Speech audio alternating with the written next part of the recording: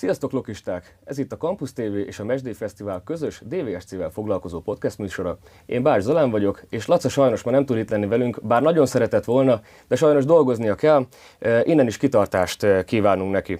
Ennek ellenére nem vagyok egyedül itt a podcast stúdióban, és pont emiatt az adás angolul lesz, viszont magyar felirattal majd láthatjátok, a felirat ugye a videó alján lesz megtalálható, és innen át is váltanik. So I would like to welcome our new owner at our studio. Welcome, Mark Stott, and thank you very much for accepting our invitation. Pleasure. Okay, so just to get comfortable, I thought that we could have some warm-up questions, which you could answer in one word or one sentence, Okay. if you like. So my first question is that which was the best football match you have ever been to? There are two. Okay. One, Manchester City, where they won the league with Sergio Aguero. I know that, and the commentators scream, Aguero! Yeah, I so know that is probably, up until I bought Stockport County, that was the best game I've ever been to. But then Stockport County, Bolton Wanderers, FA Cup replay, and we won 5-3. But of the 8 goals, I think we scored 7 of them. We scored 2 own goals. It was chaos. But we were 2-0 down, and then we won 5-3. So it was incredible. Over 120 minutes. I can understand that it must have been chaotic, It was great. but cathartic at the end. Yeah, it was a very emotional day, that. So I think, even though as a Man City fan growing up, it was great, the Aguero goal, because it meant so much to the fans for Stockport, and it meant so much to me. It was brilliant. Yeah, I can understand that. My second question, Messi or Ronaldo? Messi. Messi all the way. Ronaldo's the best professional on the planet, but Messi's talent. Okay, then I think that maybe you answer my third question. Talent or hard work? If I'm talking about my son, who plays football, I'd say hard work. He needs to have hard work, but it's a mixture of both. I don't think one... Ronaldo's talented, but incredible hard work. To perform, and this isn't a one-word answer, is it? To perform at that level all the time, you need both. Yeah, I can understand that. My fourth question is that, in theory, your team wins the championship if it scores 1 goal. But there is only 1 minute left of the whole season, and you get a penalty. Who do you choose to take it? It can be anyone. Do you know what? At Stockport County? Anywhere, anyone. I would give it the goalkeeper, Ben Hinchcliffe. Even though other people take the penalty, if there's no chance of somebody scoring off a rebound and it's just a penalty, if he can hit the target, no one's saving it, because the speed, the power. Yeah. So I, for me, the goalkeeper. This was unexpected. Yeah. Okay. And my last question of the warm-up questions, and this is the most important. Whiskey or palinka? How do you pronounce it? Palinka. Palinka. I had 3 the other day, 2 even. I don't like whiskey, but I really like palinka. Yeah, that's great. But I think if I had 5 of them, I'd be in a lot of trouble. So. Maybe you will be in the future. Yeah. And one more for the warm-up. What did you think about the 2 games we had since you are the owner of the club? The Honved game was terrible. I mean, awful. And I left before the end because I had to go home. Yep. The first game last weekend was fantastic. Yeah, really good, and it's great, seeing the young talent that's come through from, homegrown talent scoring goals as well. So it was really good. I just want to get that stadium more full of people. Yeah, but I mean, the noise that comes from the home fans and the ultras is incredible for 5,000 people being in there. Imagine what that'd be like if we had 15 or 20,000 people there. Yeah, that would be great, and I look forward. So maybe we can do something. And we will start our interview, and this will have 3 different sections. The first one is you as a person, the second is you as a businessman, and the third part is about you, football, Stockport County and DVSC. Okay. Okay, so let's start with you as a person. And my first question is that if you didn't have to introduce yourself based on your profession, what would you say about yourself? I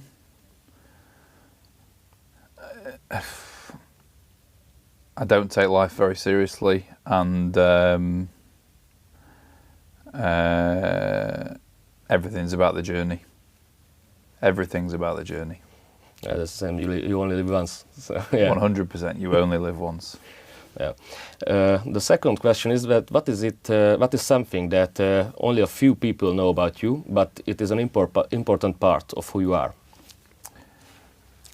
It probably wouldn't be a great thing to tell the Chancellor of the university here, but I failed everything at school. I failed. In England, we have your A-levels, which get you to university. I failed everything. So at school, I didn't perform, even though I tell my kids that you have to perform and you have to go to university and you have to do all these things. But I failed everything. And actually, I think that was the best thing that ever happened to me. It's something with successful businessmen that like Steve Jobs and Bill Gates. They also dropped out of university. They did, yeah. No, I'm a massive Steve Jobs fan. So yeah. What are some values that influence your decisions in life? Fairness. I think it's about you treat people how you want to be treated, and I think life's about fairness. I think karma, I'm a big believer in that as well. I think generally if you're a decent person, you get that back. I think that too. Maybe when you are gone, that you can think back on your life that I've been a good person, and that's a great thing. And my last question about you as a person is that what would you never be willing to sacrifice for success?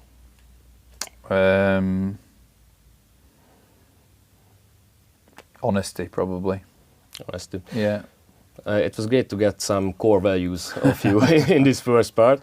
It has been a little bit short, but we got to know you a little bit as a person, I think. Okay. I hope so. Now the next part, you the businessman, is first question is what exactly do you do and where did your journey as a businessman begin? I set my first business up when I was 20, selling cars. So a long time ago now, 33 years ago.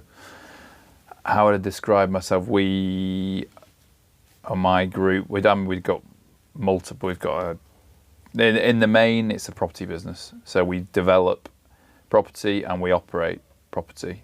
And the biggest part is student accommodation for international students mainly. We have about 12,000 apartments that we manage, that we've built. But we also do co-living for young people. We've got a hotel. We do residential. So that's the main part of the business. And then we've got the largest football coaching academy in Europe, PFA, which also owns a big media platform for football influencers. We've got an online delivery business. So we've got lots of different businesses, but I would say 80% of what I do is relating to property. It's a huge portfolio. Yeah, it's reasonable size now. Yeah, and what do you think? You can use any of these other companies or other businesses in Hungary or in Debrecen? We definitely can. Yeah, I mean, generally, people don't make money out of football clubs. It's very emotion-driven. I think there's a big opportunity here in Hungary, which hopefully we'll get the chance to talk about. But when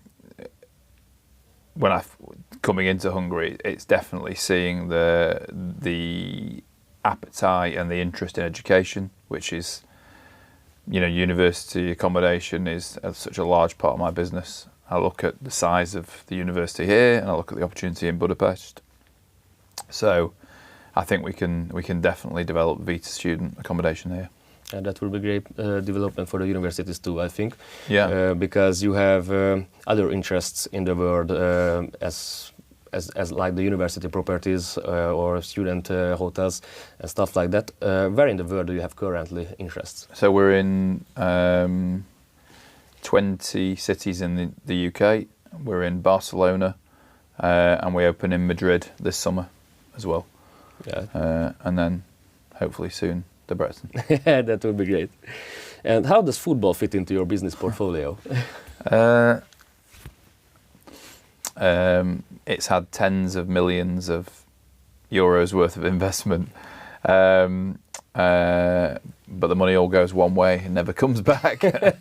How football fits in, it's the first thing that everyone talks about, no matter how big Vita is as a business, or Select, the other property business we have, no matter how big they are, most of the time when I meet people, they want to talk about Stockport County and now DVSC. Yeah. Way ahead of anything else we do, no matter how big it is. So I think it's a great conversation piece, football. You meet some interesting people. Whether I can turn it into a viable business with two football clubs is yet to be seen. I don't know, but yeah, it's so exciting, isn't it? It's most people's dream owning. A lot of people's dream owning a football club, so it's been a good journey. Yeah, football is all about emotions and all about community, so... And that's the thing, I'm very emotional as a person, and Simon and Gavin, who are the two guys that, Simon's the CEO of the group and Gavin's the operations, the COO, and Gavin's not emotional at all, Simon's slightly more emotional.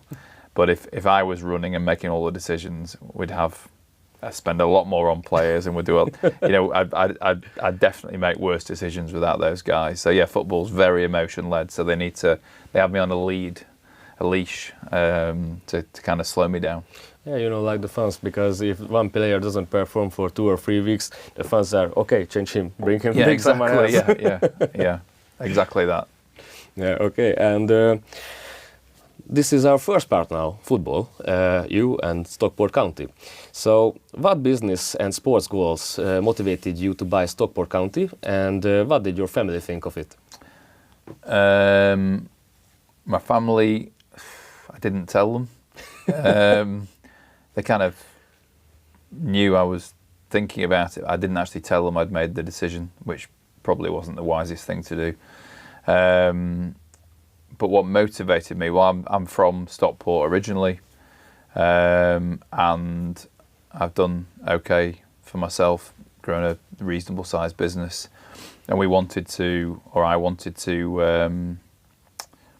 do some community programs. I wanted to invest back into the community that I came from, and it became clear that a football club was a good platform to do that. Stockport at the time had gone from the Championship, so one below the Premier League, to League One, to League Two, to the National League, which is non-league, to the National League North, a 6th tier. Yeah.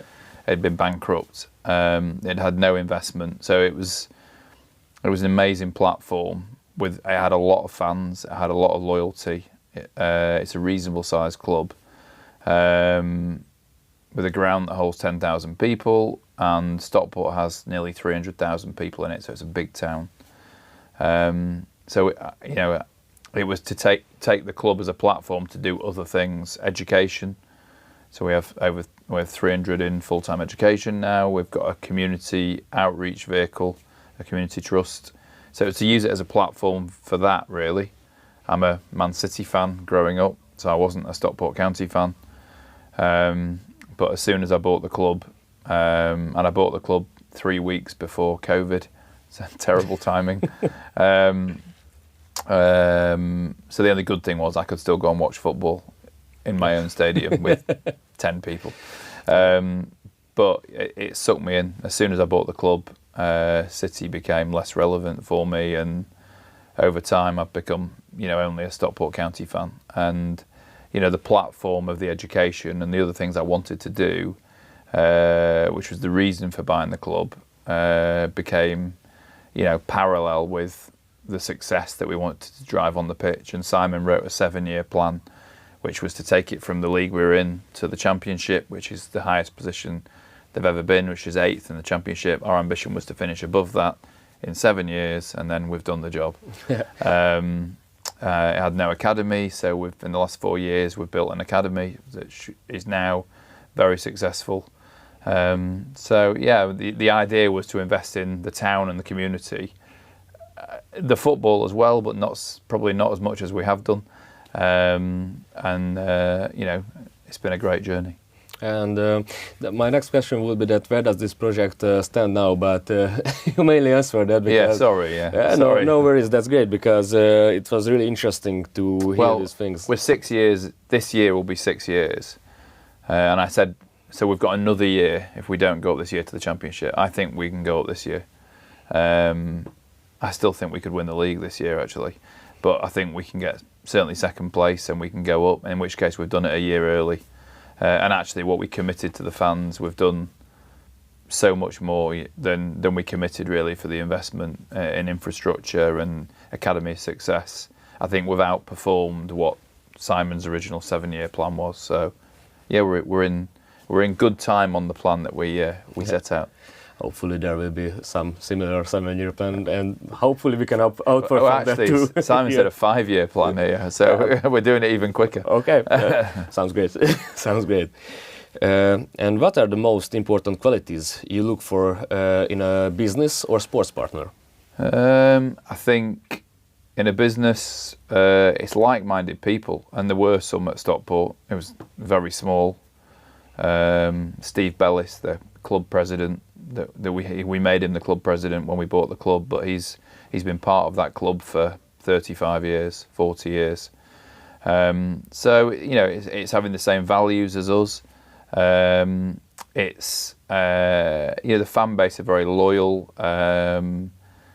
They very much like the fan base at DVSC. I think they were wary. I don't know how you're going to translate all of this, but they're nervous about a new person coming in. They were very nervous about me coming to Stockport because a lot of people buy football clubs, put a bit of money in, but don't show the commitment, and mainly they don't invest in the people and the infrastructure. And we've done that, and I think there's always 5% of fans that are just idiots that would rather have had it the old way, and we can never please. But 95% of people, I think, are really happy with what we've done, and we've won the trust of the Stockport County fans, I think, and the council, and we're in all the junior schools, so we're growing a connection there. And I think the same thing is relevant here in Hungary. It's had multiple owners, this club, over the last few years. It's not had the success it should have had. It's had a lot of historic success. And I think the fans are certainly going to be wary of somebody from England coming in who's got no roots and foundation in Hungary.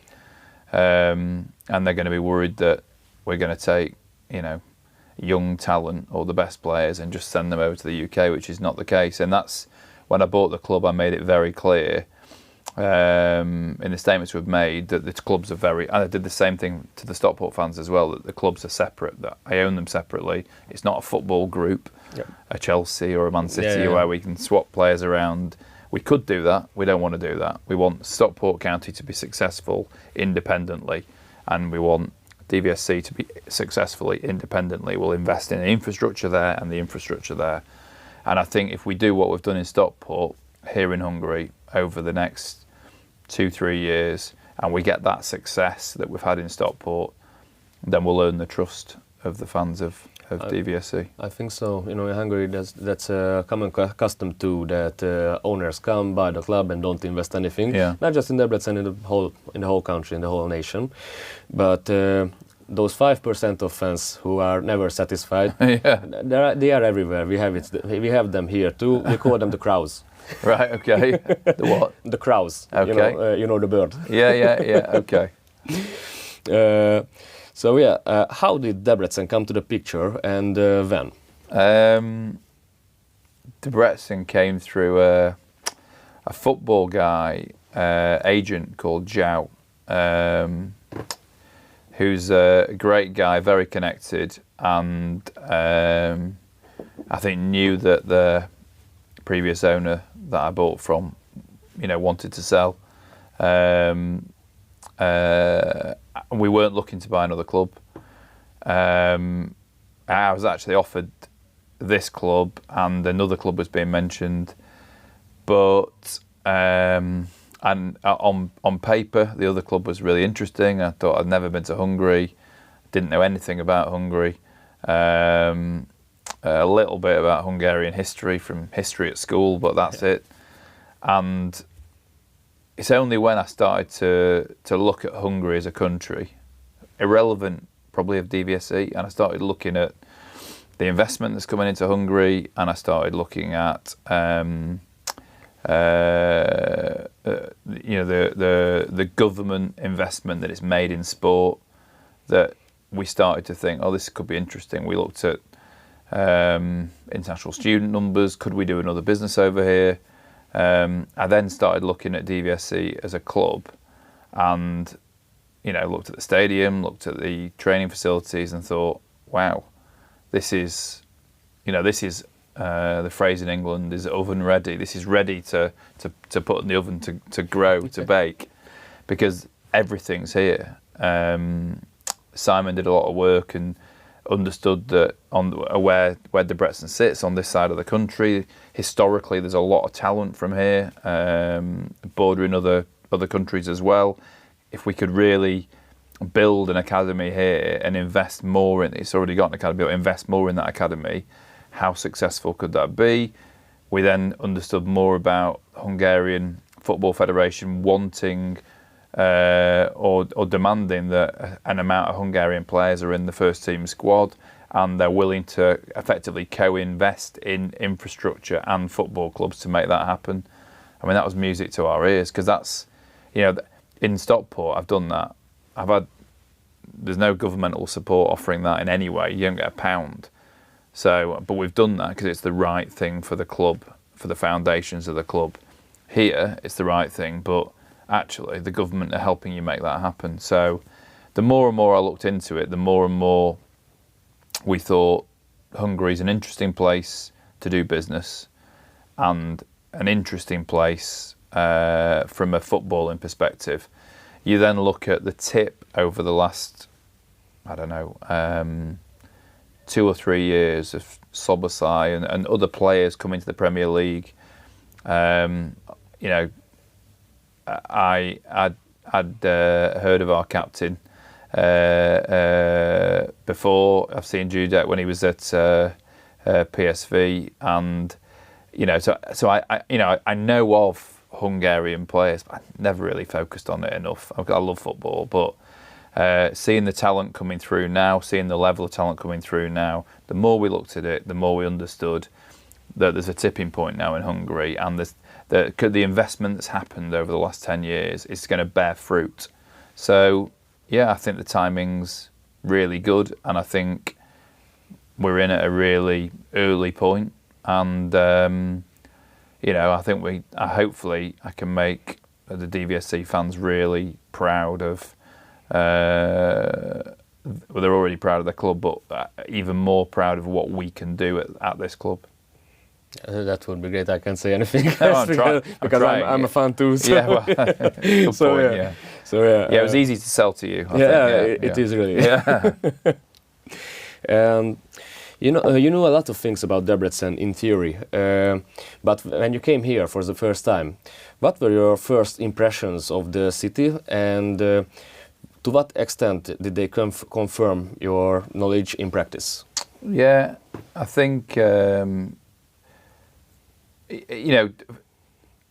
heard of Debrecen, but I didn't know very much about it. But when I started to do a little bit of research, and you look where it's been, how highly it's been ranked on FDI indexes and investment certainly over the last 10 years, it's well run. and it's very interesting. I met the mayor and then understood more about the plan and the vision that he had and has brought forward. And to be honest, it's very, very exciting. I think as a city, it's very well run. I think there is great capacity for growth. They're supportive of inward investment internationally. Look at BMW, look at CATL, EV. There's, I think I'm very lucky to have found the city that's got all the component parts that Debrecen's got. So, and the foundation of that is good governance. Hopefully it will be not just luck, but everything will come together. Well, I mean, it's happening, isn't it? It is. I hear about growth at the airport now. It's got great connectivity from rail and transport networks, where it's positioned on the eastern side. I think it's all there, but you need good leadership, and I think Debrecen's got it, and that doesn't always happen. We work with cities in the UK. Manchester's a well-run city, actually, but we work with cities in the UK and it's chaos. So it's refreshing to come somewhere where you see a plan and you see a vision and you see what's happened over the last kind of 7 or 8 years and what the plan is for the next 10 years, and I can believe it happening here. So truthfully, I didn't know a lot about Debrecen or anything really before I touched down here, 3.5 months ago, and now I own a football club here. Was there a specific moment when it became clear to you that you want to buy the club? The first time I came here. Really? Yeah, well, you walk into that stadium, it's incredible. And went to the training ground, and I met some of the guys around the club, met Balázs, the captain, and I just had a good feeling straight away. Chancellor of the university, met the mayor. It was, there was no blockages anywhere. Everything was open for business and open for conversations, and I just thought, this is the place that we should be. So it literally was the first. I was sold the first time I touched down. I touched down here. And how much time passed between the start of the negotiations and the signing of the contract? We signed. We actually signed just before Christmas. I think I only came here for the first time in mid to late October. 2 months, I think. I don't think it could have been done any quicker. We had to set up a company in Hungary to do it, and but again, 2 months to due diligence a football club, but I think it would take a lot longer in the UK. It would take a lot longer in other countries to do it. So basically, it went smoother. It's smooth. It was smooth, basically. It's very smooth, but the governance is already here. The federation have a lot of control over spend and investment in Hungarian football, which is a good thing. It's something that the UK needs, and the UK, the EFL, and the Premier League are trying to push that through now, and it needs that because you get better ownership if you have the governance. So. And what are your medium and long-term goals with DVSC? Well, the medium, short-term, and the long-term are all the same, aren't they? Champions League. What's the media? Look, the short-term goal is to try and finish in the top 3. Had that penalty decision not been given at the weekend, we'd be 1 point off top. And how we played in, though possession stats didn't show it, how we played, we deserve to win that game. So top 3 this year should be the target. And then it's about investment in the team. It's hard to do in a January window, but to do it in the summer, to get, the right players on long-term contracts and lock in the value. It's what we did at Stockport. We arrived at Stockport and everyone was on a rolling 1-year deal. We signed a defender this summer on a 5-year deal, 21-year-old Brad Hills, and that's what we want to do here. And then it's also about infrastructure here in the summer. The training ground's great, but the training pitches need some investment. We want to get on with all these things. So I think, and in doing that and investment in the academy, the medium-term goal should be making sure we are always top 3, regularly winning the league here, and importantly developing talent. For me, Simon wants this football club to be ranked in the top 20 academies in Europe. That's really big. That's huge. Yeah. To be honest. I can't remember the name of the governance body that profiles that. He was telling me about it yesterday, but I just think where we are, because of the governmental support, where the club's positioned, the amount of talent there is around this area. We've got a big education play in Stockport. We'd love to link education with football here, so we can offer a pathway through to young players as well from an education and a sport perspective. I think by doing those things, we can really attract even more talent, and that should only be good.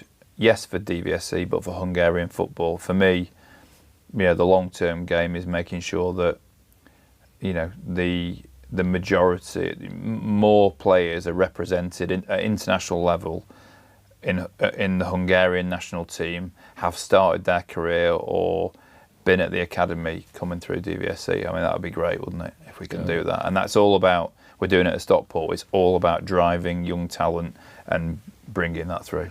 Top 20 in Europe, that's huge, and that's music to my ears, because that's all on Simon now. I can't even help with that. But in Hungary, hearing something like this is like a miracle. Yeah, even the plan. Yeah, we should be working towards being the best academy in Hungary. Yeah. Okay, let's move on, and I have some additional questions. Now that DVSC and Stockport County basically became siblings, do you think there will be supporters from Stockport who want to come to games of Debrecen and fans of Debrecen who want to go to Stockport? Yeah, so I'm going to get myself in trouble here because we're already planning something, but I hope it's this year. It might have to be next summer, but we're going to try and do it for this year. What we'd like to do is when we do our summer training, we did it in Pinatar in Spain the last couple of years. I'd like to do it here this summer. We all generally take the first team. I'd love to bring the academy under 18s, the under 21s, and the first team here. And I'd like to invite, maybe a couple of other teams aside of Stockport and DVSC. So maybe we've got 4 teams here for a tournament, and all of the age group 18s, 21s on first team. I think if we can put that together, then I think hundreds of Stockport County fans would love to come here. And we need to try and help facilitate them getting here, which I think we could do. But it would be great to find a way. I've got an idea. Find a way of bringing for next season a plane load of Stockport County fans to a game here. Introduce them to the ultras. And bring a plane load of DVSC fans over to a Stockport game as well. I would love to do that, and I think although the siblings, although the clubs aren't in a group, I think they should be kind of twinned with each other, and they should be aligned. And I think the values are very, very similar in the Stockport County fans to the DVSC fans, from what I can understand. And it's earning that trust, as I've said, but locking in that loyalty. And I think there's a good core values that there are at both clubs. So there's a big similarity. So yeah, we should definitely be sharing the love and making sure that after DVSC have won on a Saturday, the fans are checking hopefully next year English Championship results to see how Stockport County have got on, and vice versa. I can assure you that we already do. You are? Okay, right, well. And I also already know that some of my friends' groups started to thinking that how could we get to Stockport to watch a game? Yeah, I think, that's why I think we're going to try and help make that happen. I think that would be a great thing. Yeah, I think that too. And I have one last question. Okay. Do you have a favorite football chant? No,